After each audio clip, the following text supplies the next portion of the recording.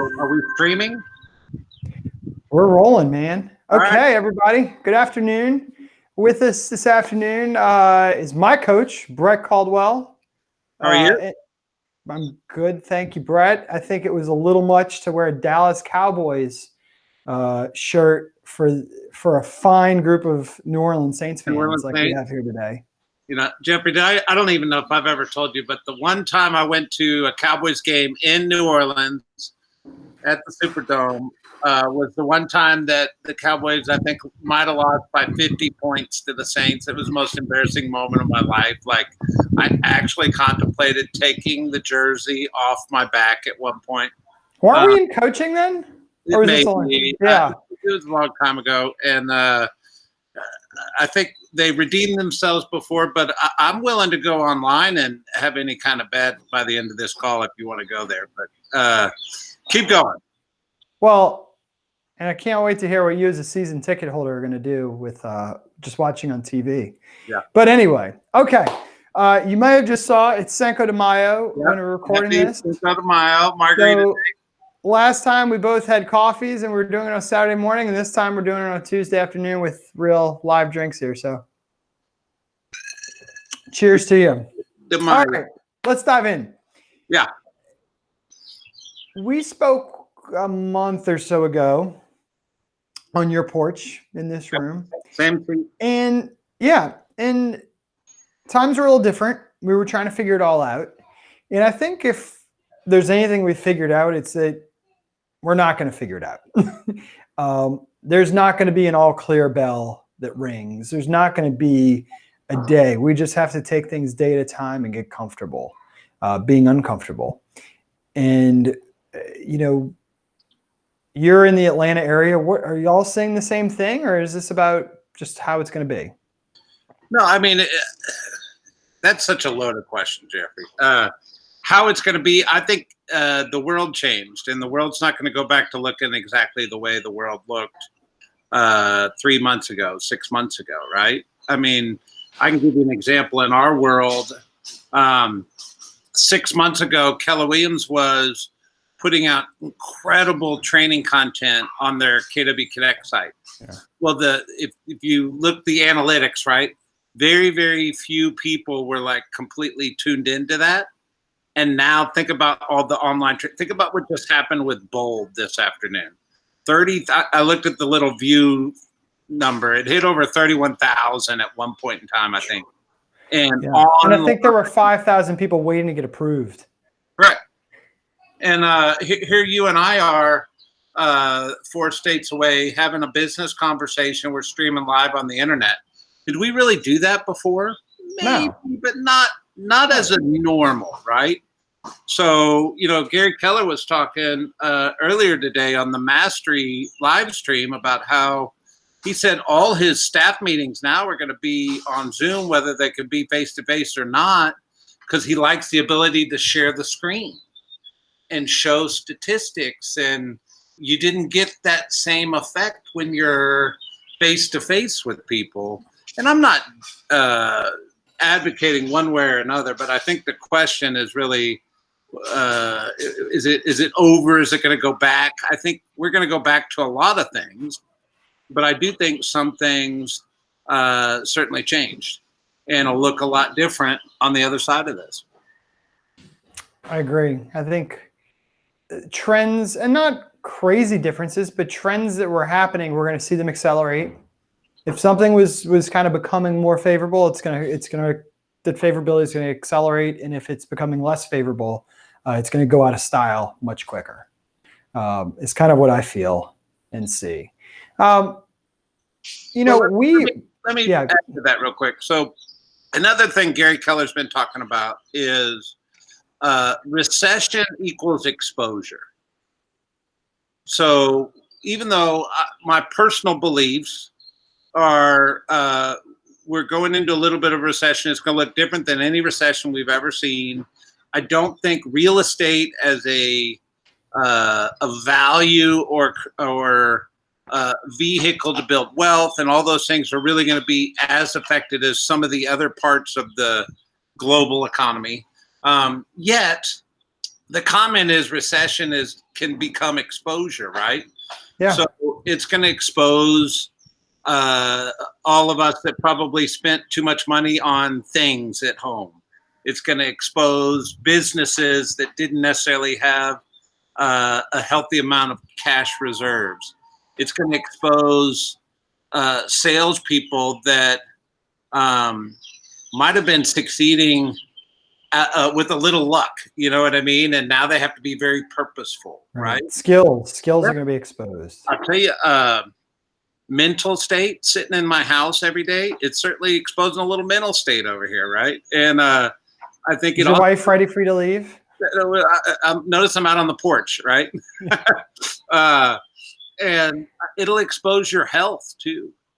Like a lot of people that go to the gym, work out, had a routine, all that was disrupted.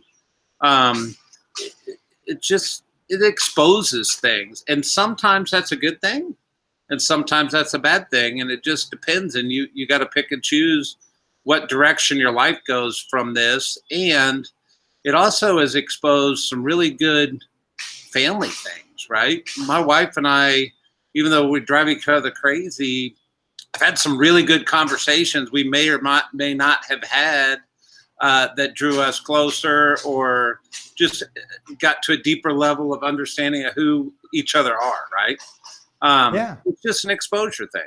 I don't know if I'm answering your question, but no, I think you are. I mean, there's and there's been terrible losses and terrible tragedies, but there's some little things that have come out of this that, man, I don't want to go back to.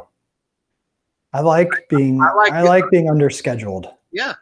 At nighttime. This is, you and I've talked in coaching. I like to think of this a little bit as a reinvention. If a real estate agent, how would I reinvent my business right now?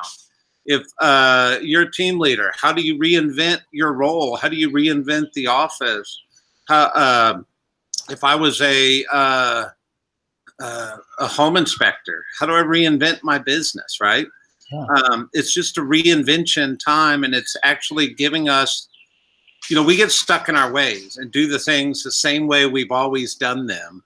And what this coronavirus has done is forced us to get out of our own way and look at how we could do things a little bit different, i.e. this talk, right?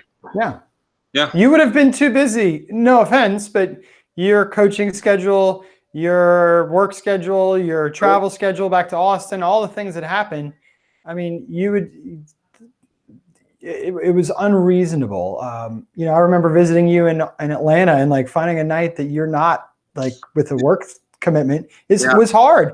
And, and it gets that way for all of us, and it's ridiculous. It really, I think travel soccer teams are probably going to be the biggest losers in this whole kids travel soccer teams. Hopefully those disappear would be my bet. But okay, so you led right into something that I want to address, and that is we encourage strongly to call your friends, call your family, call your people. Just go through your phone and start talking to people. It made me feel a lot better. I think it made a lot of people feel better. To make the calls, get the calls. And there's been people that weren't in a position to do that from a mental state. They didn't see that we would be in the beginning of May and still be stuck at home. They wouldn't see that we would have 60,000 plus deaths in this country from that. And that's totally fair. I don't blame anyone for that. And I don't think I had any crystal ball. And there's others that just childcare, all kinds of challenges, juggling, trying to figure out how to make it work. Yeah. So they haven't reached out to their databases. And I guess my question for you is it too late? Did they miss the boat? Yeah, never. I mean, the question is when's too late for a relationship? I don't mean that in a romantic way, because obviously people cut those on and off more than they do a normal relationship, right? Sure. But is it ever too late to call a past client? Is it ever too late to build a new relationship or reignite a relationship from a past client. It's never too late. And quite honestly, it's easier now to reignite that relationship than it probably would have been 3 months ago. So I sold real estate. I remember what it was like. You sold the people the house and you hadn't called them in years since. And you're like, oh my God, they're going to laugh at me if I ever call them. Like, or they're going to think, what the heck happened to you? We were best friends. We got to closing and then I never heard from you again, right? Outside of your crappy marketing. And I'm going to say, sorry. And we would be coaching agents to say, hey, you've been on my mind. I just couldn't wait another day to call and check in with you. I feel horrible. I haven't talked to you in 3 years yet. I got to know, how are you guys doing? I've missed you. Yeah. I was going through loops and I saw your address pop up and I said, holy smokes, I haven't called Brett Caldwell in 4 years. And I am so sorry. And Jeff, how are you guys doing? To make that call. And even though it's a little more uncomfortable of a call, right? But how much easier is the call to say, hey, Jeffrey, it's been a little while since we closed on the house. I just wanted to call and check on you and see if there was anything I could do to help you. Real estate related or not, I'm here. If you need me to drop off a roll of toilet paper to some food, I'm happy to do so. I'm just checking on everybody I've ever had interaction with. And that call would be huge to reignite the database. And you're right. A lot of this is like a common thing. I mean, this isn't something to be embarrassed about. Like, I almost want to, I talk to a lot of agents every day, and I think they have some fear that they haven't been there. And I think we've got to let ourselves off the hook, don't you? And not let that hold us up from doing the right thing today. Agree. And here's what I would tell you. You got to think of the hierarchy of communication. So 20 years ago, you would actually get excited if you lived in America to go to the mailbox, get a piece of mail out of the mailbox, right? And then our mailboxes got so flooded with marketing, we actually would let the mail sit there for a couple of days because we didn't want to go get it, right? But we used to get letters from grandma, right? And it would come in the mail, and I might get a dollar bill or something in it, right? Well, that ship sailed, and all of a sudden email came out. Well, do you ever remember neurotically hitting send, receive, send, receive, send, receive on an email just to see if a new one came in? Yeah, waiting for my next Blue Mountain e-card. Yes. And people would actually write personal emails back then. And it was like the modern day handwritten letter, right? Well, then that got flooded. So I don't think I have an excitement around checking my email these days. I do, obviously, but there's no excitement around it. And so where does that leave communication in terms of relationships, right? Well, if we have a connection, I can enhance a relationship through Facebook Messenger, texting, even sending you an email, and all those communications. So if I have a relationship with you, I could enhance it by sending you a text saying, hey, Jeffrey, drove by your property the other day, wanted to just reach out and see if there's anything I can do for you, TP or not. I'm here for you, whether it's real estate related or just anything in life. Let me know. I'd happy to help. Well, and let's add a layer. Go ahead. What I think I interrupted you. What did you say at the very end? I enhance the relationship that way. Got it. But I want to throw caution to this. What you haven't heard me say is phone calls. And the intention I'm leaving that out is obviously that's the friction point for most real estate agents is picking up the phone. So does it enhance a relationship if I pick up the phone and call you? Absolutely. But where I want to throw caution is you really can't build relationships through Facebook Messenger, through text messages, through well, people try.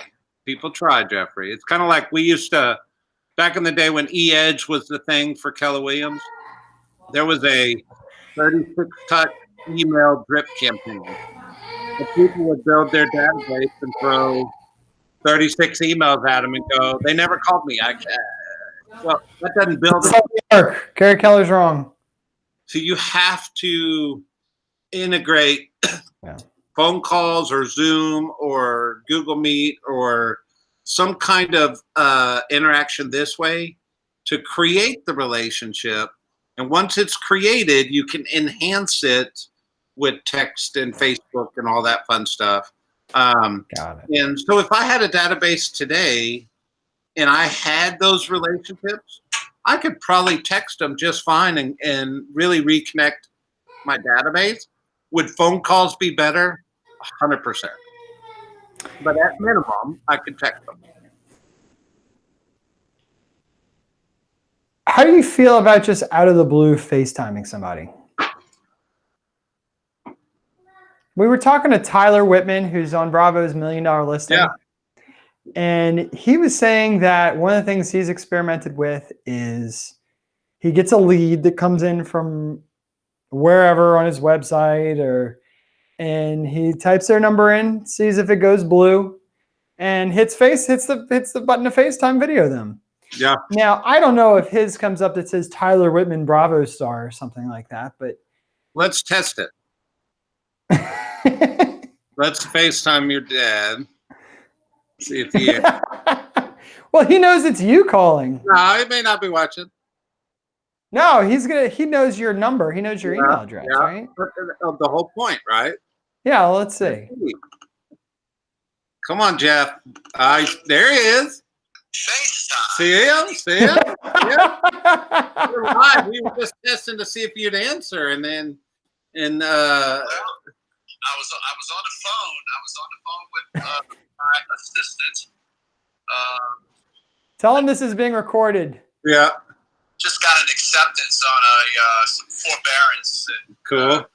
Well, Jeff, I love you, sir. We're actually on your Margarita talk. We were just testing if FaceTime calling people would actually answer the phone.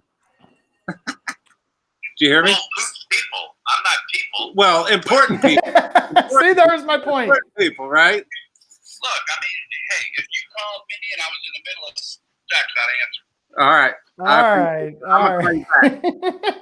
All right. Hey, he answered. And he was Told shocked. you. Maybe. All right. He's reliable. He's There you downright reliable, let me tell you. Keep Known going. him for 37 years. Okay. So, where were we going there? Reconnecting. It's not too late to it's never too late to reconnect. That doesn't mean you should miss this opportunity because boy is it easy right now. Yeah. I find people are still wanting to talk. People are still wanting to know what's going on. So let's talk about campaigns. There's a lot of energy around command campaigns right now. Yeah. We put together an agent stimulus program, which I think you gave your blessing on when we started building that. And one of the things was a $50 credit to every agent. I'm proud y'all did that. Every agent that wants to run command ads, their first $50 is on the office. All they got to do is take a screenshot, send it in to Holly, and they get a $50 credit. Awesome, awesome opportunity. Yep. You know, for the average person that's running that, you know what our conversion rate is? Tell me. Or you know how many leads they're getting off of $50? No. Over 50. Okay. The average lead is costing less than $1, which I think is tremendous value. Tremendous value. And yes, we've got there's a couple of things we're working out. But have you ever seen, I mean, when Zillow first came out and people were early to buy a zip code before people could even spell Zillow, do you remember leads being that cheap? Never. It's unheard of. You and I were talking this morning on our coaching call, right? I don't even think you can get leads that cheap doing open houses, right? Well, open houses, I don't get the analogy. Well, I mean, open houses. Walk me through that. All right, Jeffrey, if you were going to do an open house this weekend, right? Okay. How much time would it take you to do that open house? Like prep time and actual open house? At least an hour on Friday, right? I got to print some things. I got to get my signs out the storage place, out of my the shed, and put them in the car, and plan where I'm going to put the advanced warning signs and the directional arrows, all that stuff, and make, that's an hour. Okay.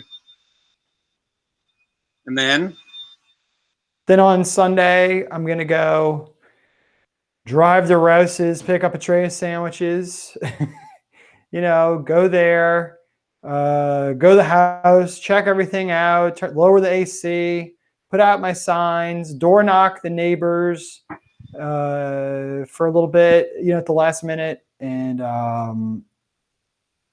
so what? That's another hour and a half before the open house. And then the open house is 2 to 3 hours.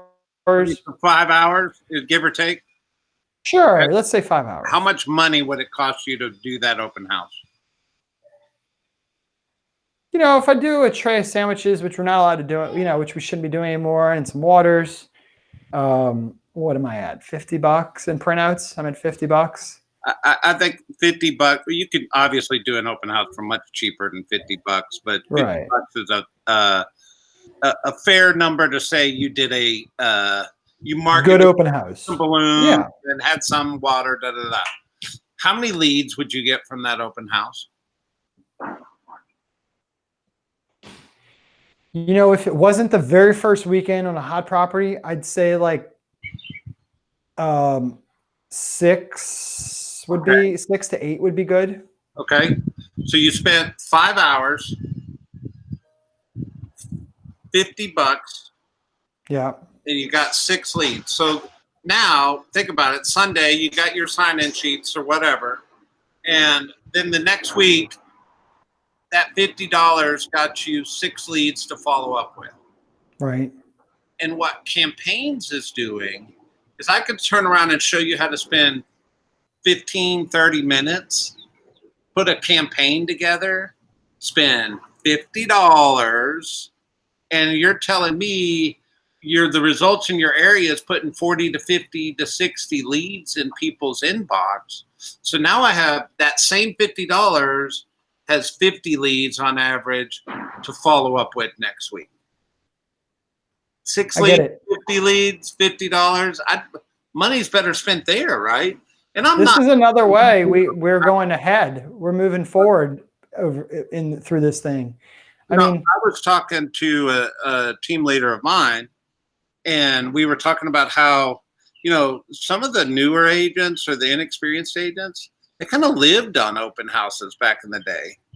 And I was like, this is it right here. Tell them to go do this. Every week they're going to have 50 new leads to follow up with. Hit it. Experienced agents, you are naive if you're not playing this game. The return on investment is like out of this world, and this is a future avenue of lead generation. Period. Right? Okay, so I get these. Let's say I spend $50 and I get 50 leads, and I call them all. And here's what I got. Jeffrey, I spent $50. And then I remind him that the office, gave him the 50 back. And, there were a couple bad numbers in there. There were a couple, some people weren't interested and didn't want me to call them again. And I really didn't get much out of those leads. Yeah. And then we had Jason Abrams on a few weeks ago. And if you missed that, please go on our YouTube page, subscribe, like videos, all that stuff. And he said that within 16 months, most leads convert to something. Follow-up is key. What does that follow-up look like? Yeah. So back to the open house analogy.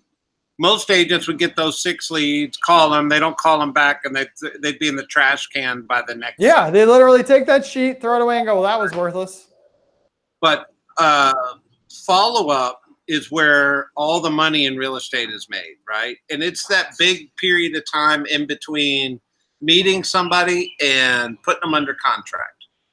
So this is really where a CRM comes in and really plays to your advantage, right? So I take 6 leads from an open house, I put them into command, I put them on a monthly neighborhood nurture that gives them hyper-local stats on their property that they're going to have to sell. And the computer is working for me on the follow-up and the drip system, right? Well, so if I spend $50 to get 50 leads on a campaign, they're already in my command, which is less work, first of all. And secondly, if you've never played any lead generation game, you don't understand that it's a game and it's a numbers game, right? So to get 50 leads, and of course we're beating the chest a little bit saying $50, 50 leads, I get that. But the real point is, how does that 50 break down? Like, okay, so maybe 6 of them are junk leads, right? Like people put in Mickey Mouse or something, right? Or and then 10 of them might not be serious, but we're just kind of clicking through through the thing. And then now we're down to 30 viable contacts. But here's how I want you to think about it, Jeffrey. So I'm an agent, and I sell $6 million a year. How many people do you think are in my database? For $6 million a year, I would guess you've got a 10, 12,000 person database. You're crazy. That's way too big. Really? For $6 million a year repetitively? Listen, poll your office and let me know. Okay. My guess is most of the $6 million producers have a couple hundred in their database. What? Sorry, I was going with 60. Apologies. Okay. For some reason, I heard 60. Okay, so what's a $6 million producer need to have database-wise?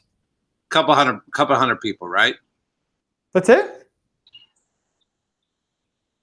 I mean, if you're doing it right, I guess, so here's where I go. All right, I go to very few agents are running a 36 touch program. And I can do the 36 touch math, right? 2 for every 12, basically. Or 1 for every 10 is MREA2, right? Right. So I get that math, but rarely, I mean, how many people are you seeing that do a 36 touch properly? I see people that really have down the 24 biweekly neighborhood nurtures going out, but then they don't do the quarterly calls. They don't do an event. They don't do 2 events. They don't do a birthday card. Caught up in my numbers here.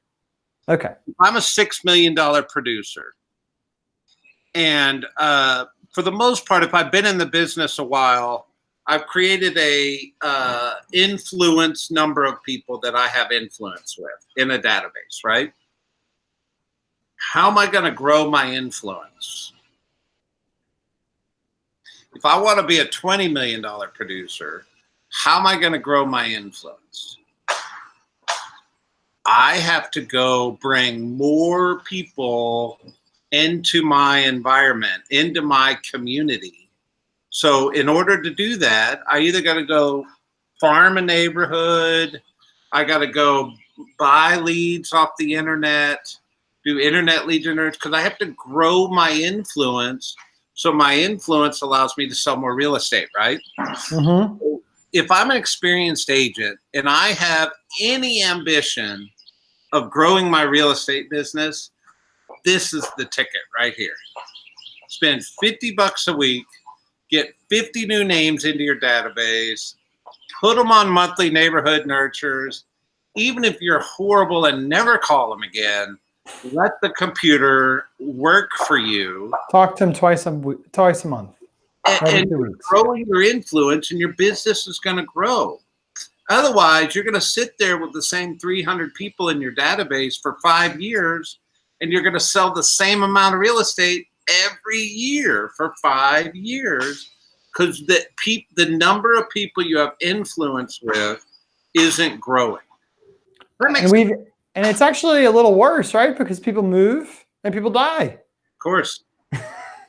So they actually forget you or in the process, and you don't even get that sale. Yeah.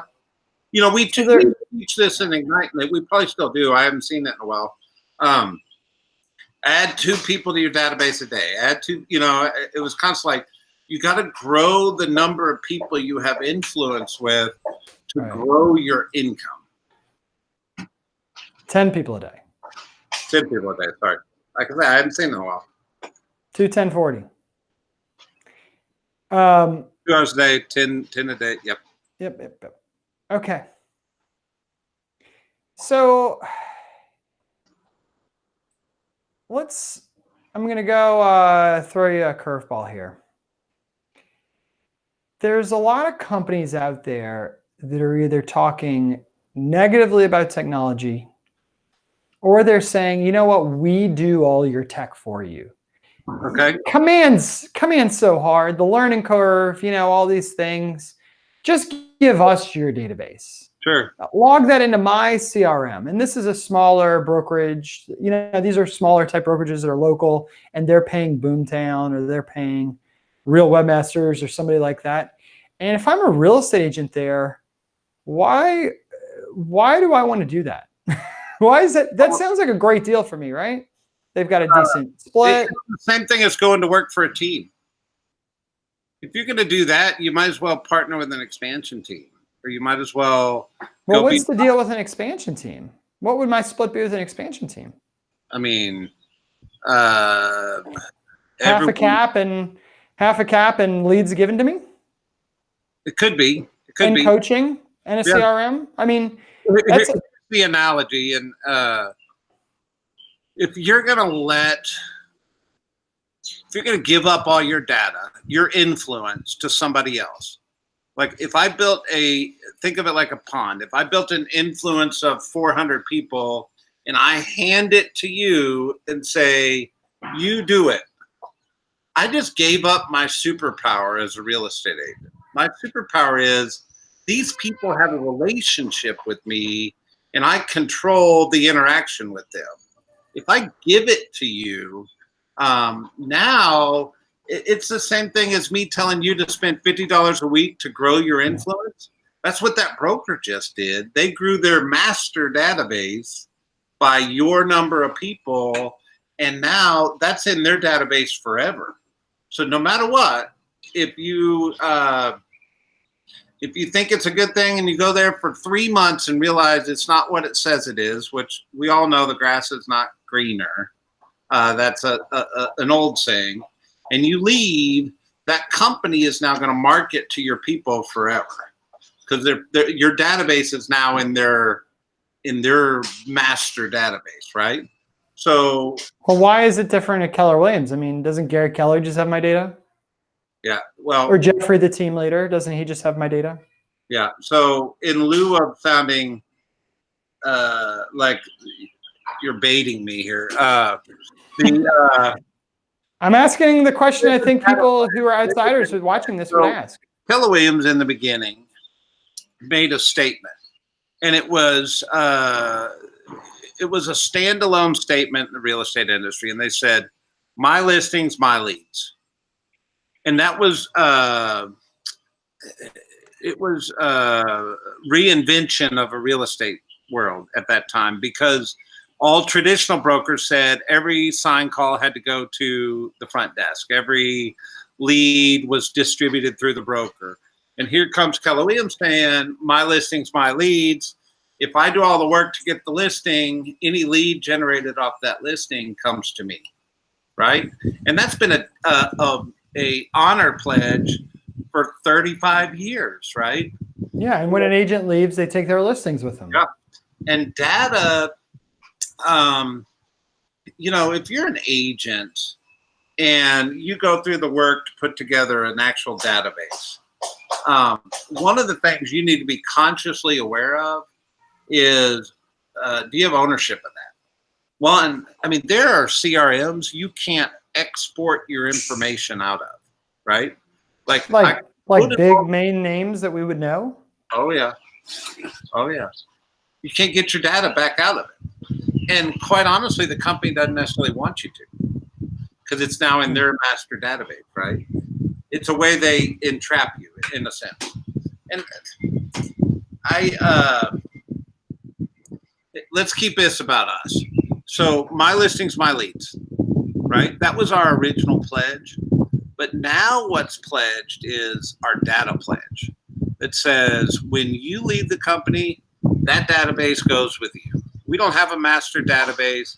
Keller Williams doesn't market nationally, and that's the fundamental difference, right? The company has never been a national marketing company, so they're not going to market to people's databases that used to be there with them, right? Yeah. And so you own offices. You're the operating principal of offices. You're a maps coach. You Yeah. I mean, what do you see in my command database, or in your people in your office's database? well, here's the reality. I can't see your database. I mean, I can go see how many houses you sold, and I can call you up and say, Jeffrey, you're slacking. We need to talk. I thought you were going to say, Jeffrey, congratulations. I can see, hey, Jeffrey, we need to have a pricing objection handling conversation because you're discounting your commissions too much. But I can't see who your people are. Even when you turn in your contracts, all you do is put in the buyer and the seller in terms of the CDA, but there's no database behind that. Right. Database is your database. And whether I'm a maps coach or an OP or in a regional position, as I previously was, there's no, first of all, why? I don't have the relationship with them, you do. So it means it's just a list of names to me. So like, let's say I took Tulane University's graduating class, and I got a list of names and emails. Is that really going to do anything for me? At the end of the day, it's relationships, isn't it? All relationships. Now, I could blast them with emails, and maybe I might pick up something down the road. But if there's no connection, like I don't live in New Orleans. I didn't go to Tulane. I have zero connection with those people. And they're going to be like, well, this is weird. And now we're back to the email spam conversation of people just tuning it out, right? Makes a lot of sense. So thanks for taking that that wind up and not going off the rails with me. But man, you've been talking a lot. I think I'm a little ahead of you.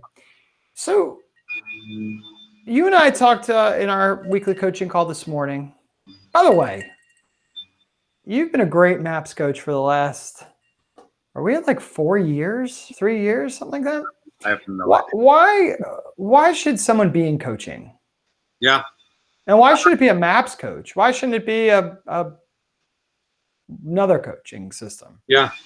I mean, the easiest answer is you're never going to get where you want to go by yourself. Nobody climbs the mountain alone. Even climbers that climb Mount Everest have a Sherpa or a climbing team, right? Right. And at your worst moment, you need somebody to pick you up. At your best moment, you need somebody to high five you. And that's how you get the best out of you, right? So think about the culture of like Orange Theory Fitness or CrossFit right now. Why are those successful models for people to get healthy? I thought they were successful models for orthopedists. Do what? Yeah. I thought they were successful models for orthopedists. I've heard that. But, you know, the group fitness, the Camp Gladiator, the Orange Theory, like why do people tend to get healthier in that environment? The appointment, the group, and the leader. Yeah. There's a structured environment pushing you to be the better than you'd push yourself. So if I went to the gym alone versus going to Orange Theory Fitness, there's two different environments, two different um, pushes, right? This environment is going to cause me to do more for myself than this environment does, unless I'm just crazy, disciplined, workout guy, which we all know that's a very few and far between type person, right? But I don't necessarily need somebody yelling at me. I don't respond well to that, but some people do. I don't need somebody telling. Well, you only yell at me once a month, so yeah, right. Yeah. But the point is, we all can do better than what we're already doing. And if somebody's not in our corner saying, I see more out of you, I see better out of you, I'm challenging you to grow, I want you to become better at the position you currently hold. So what's the next position? How do you live a big life? That's what a coach should do. Now, not all coaches are equal, but all coaches should do that for their people. Yeah, and I think one of the confusions I hear with coaches a lot is that it's just about my 4-1 or teaching me how to call expires and just grinding on one thing like that. Yeah, I think they're looking for an entertainment value out of coaching instead of the grind value out of coaching. So if you understand the concept of 10,000 hours, right? Like it takes 10,000 hours to achieve mastery. To achieve mastery. So I want you to think of Michael Phelps swimming laps in a pool. How many times did his coach say the same thing to him? How many laps were boring to him? How much monotony was in that? Here's the greatest swimmer of all time, probably the greatest Olympian in our lifetime, right? Sure.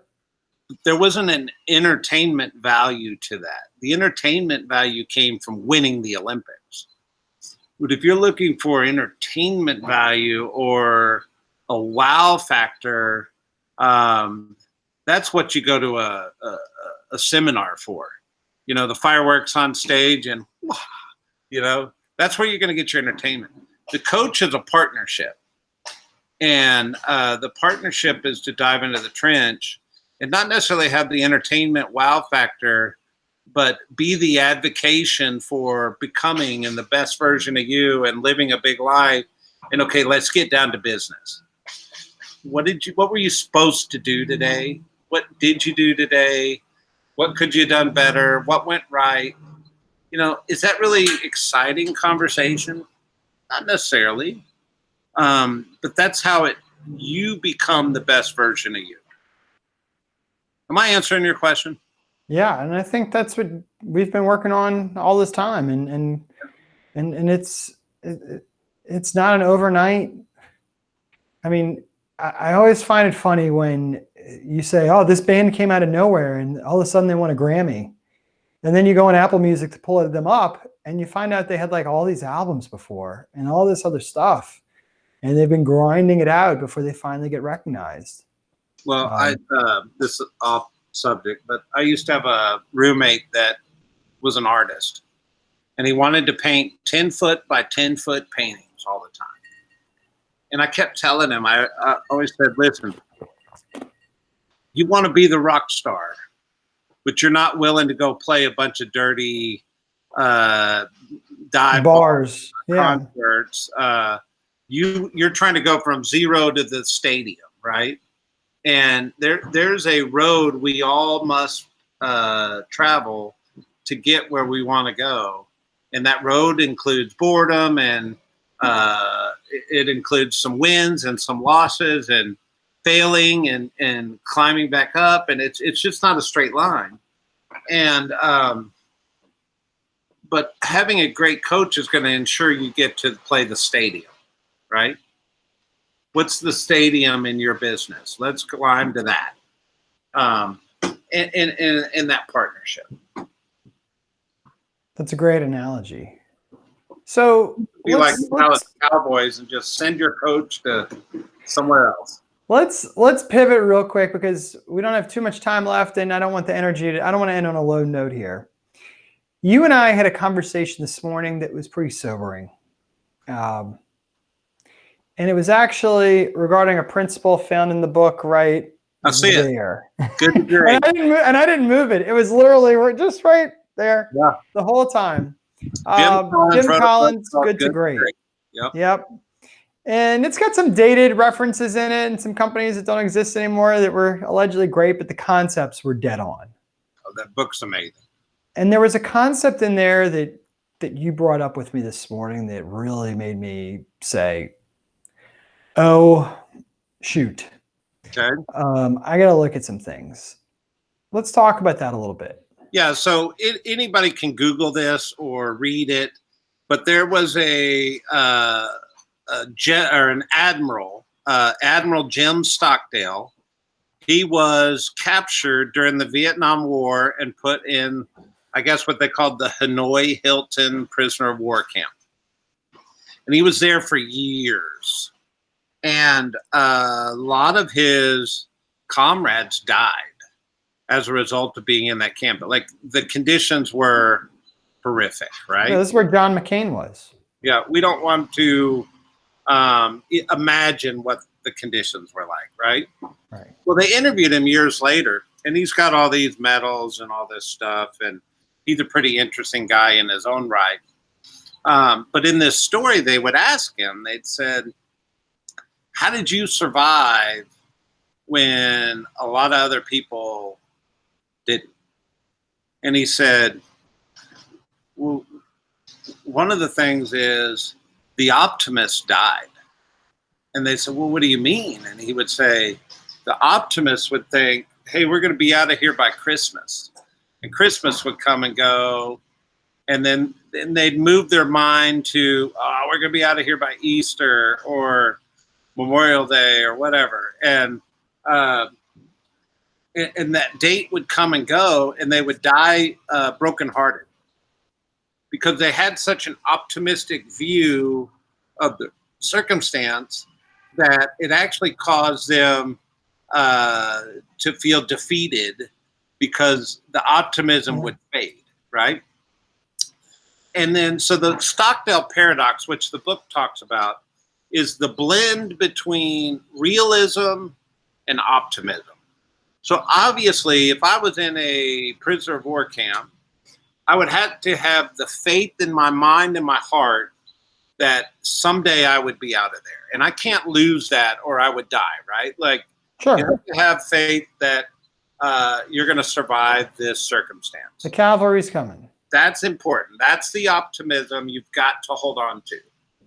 But the realism is you can't ignore the facts of what's right before you.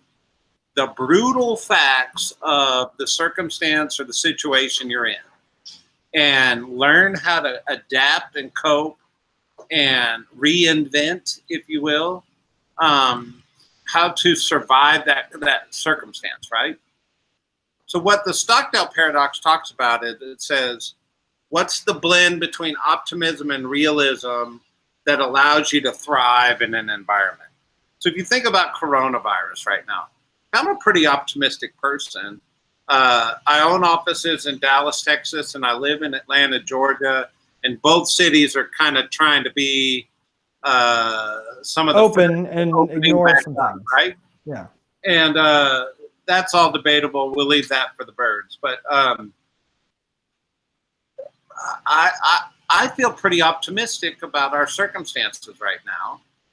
And I'm naturally optimistic. If you look at my KPA behavior, I'm pretty high on optimism. Me too. So I have to check myself and say, what's the realism of today? Do I need to cut my personal expenses? Do I need to cut down my business expenses? Do I need to create an economic stimulus like you guys did to help some agents get through a period of time? I need to deal with the realism of what's right before me and not lose sight that I know we're going to get out of this, right? Yeah. And I don't know if it's going to be July or I've read articles that said 2 years, right? I know in my heart we'll get out of this. Well, what's the realism of today? Well, I think it's really what you and I are talking about on this call, Jeffrey. I believe the realism is real estate's not declining in value or prices. I saw your article. You were quoted in RIS Media. Really, really cool job there. But the values of real estate are holding for the most part. And the amount of transactions, while declining slightly, I don't believe will be declining long term. So I think that's an optimistic view. But the realism is, if we as real estate professionals don't engage in activities now that would cause us to put leads in our pocket for tomorrow, that reality is going to look bad. So whether I'm doing campaigns or texting or Facebooking or calling my database, reigniting relationships, growing new relationships, all the activities we know as professionals are necessary to thrive in the real estate business. That's the realism I've got to have a focus on right now to get us through this. And my biggest fear right now is the month of May. I know March. I know March. Most people's houses were already under contract that closed in the month of March by the time the world shut down. I think most of the deals that closed in April, mixed bag, probably in the pipeline, right? But I think the agents, we all stopped doing activities around March 15th. So we all know activities produce results 90 days later. So my fear is we're going to start to see the lack of activity from 45 days ago. And it starts to show up now. And that's the realism of Stockdale Paradox. Okay. We may be in for a little something in May. Let's get this ship righted and move on down the road and everybody make $1 million, right? And live a big life, but do the activities today to make that will cause that to happen. Make sense?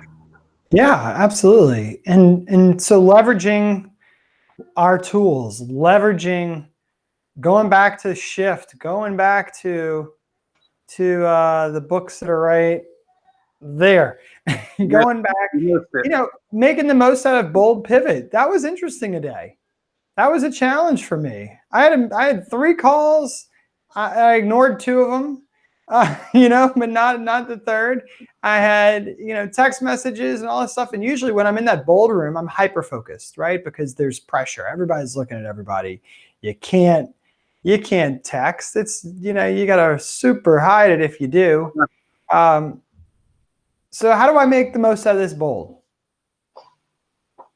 It'd be like, I'll go back to my analogy. I used to go to Orange Theory Fitness.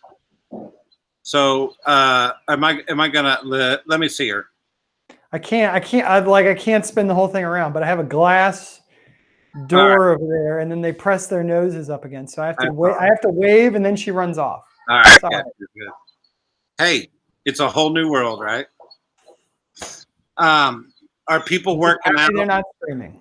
I talked to my sister last night. She's working out on a Zoom class with a group of people. We got to figure out how to make it work. It's a new muscle. It's just a new muscle, right? Yeah. We're learning a new skill. Yeah. All right. So let's see. To wrap up on you, what would be a fun thing to end on besides, because we are getting to the bottom of our drinks here. So, Brett, if you were thinking about 90 days from now, this has been the question I've been asking everyone that will talk. Okay. 90 days from now, what's one good thing you want to change? What's one thing you want to change for the better in your life? By August 1st? Yeah. Your life, your business, take it where you want to go. Reprioritize my time. I think prior to this, I'm a workaholic a lot. And You're a funaholic too. I'm a fun. You I don't work even do hard to play fun hard. in a way that's fun to me. And Yeah. there's a book called The 4-Hour Work Week, right? Which is always Oh, that'd be a good one to go back to.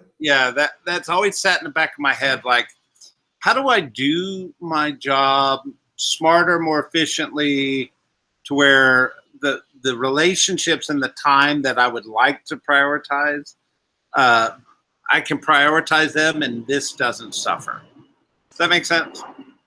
And what's interesting is you lose sight of that in the grind. And when you're in the grind, you just work. And whatever's left, you leave for your family, right? And that's not healthy. Work-life Come balance. home when I've got to a point I can stop. Listen, I coach you, but remember, I have a coach too. Right. And in order for me to be a coach, I have to be coachable. And work-life balance is something that I think everybody has an opportunity to work on. And so you're asking the question, what does 90 days from now look like for Brett Caldwell? Work-life balance is balanced. Page 10 today on the bold, I know you can't see. It's so funny you said that, because on page 10, we had those 4 questions of control in bold today. And the fourth question is, or the first question is, what is it I can control? And I said, my time and my tasks. And the fourth question is, what could I control that I'm not currently? And I wrote my schedule. And I feel the same way. At some point, I think a lot of us who constantly people call busy, if we don't call ourselves busy, because I hate that word. Yeah. We're a slave to other people's schedule. You know, Lauren doesn't even start the part of dinner where it needs to be hot. Not when it says I'm packing up. She doesn't accept that text anymore. The text she requires is I'm in the car and here's where I am, so that there's no one that can like jack me up on the, and like hijack me in the way and with questions or challenges. Sure. So anyway, and I agree. I'm with you. I think this is a time we have to remember how this feels. So Jeffrey, the thing for you, and I was a team leader for over a decade, right? You have to live your life as a model for others. And sometimes that means we have to say no to say yes. Sometimes that means we have to say yes to say no. And but I just think you being coachable, I respect that about you. Your business acumen in real estate, I respect at a high level. And man, this call, I'm honored to be on here and just chat with you while drinking a margarita, right? Go figure. The New Orleans way. We should, if we got something to drive through, that would really be perfect. But you're on your journey, man. Big life, and those around you are going to live a big life as a result of your everything you pour into people. I love your heart, man. Anything else? Love you too, buddy, and I appreciate everything you do for me. And most people don't know how much you do for our office. And incredibly grateful, and I appreciate your time. And thank you for spending an afternoon with us. Absolutely. Cheers. All right, buddy. Talk soon. All right.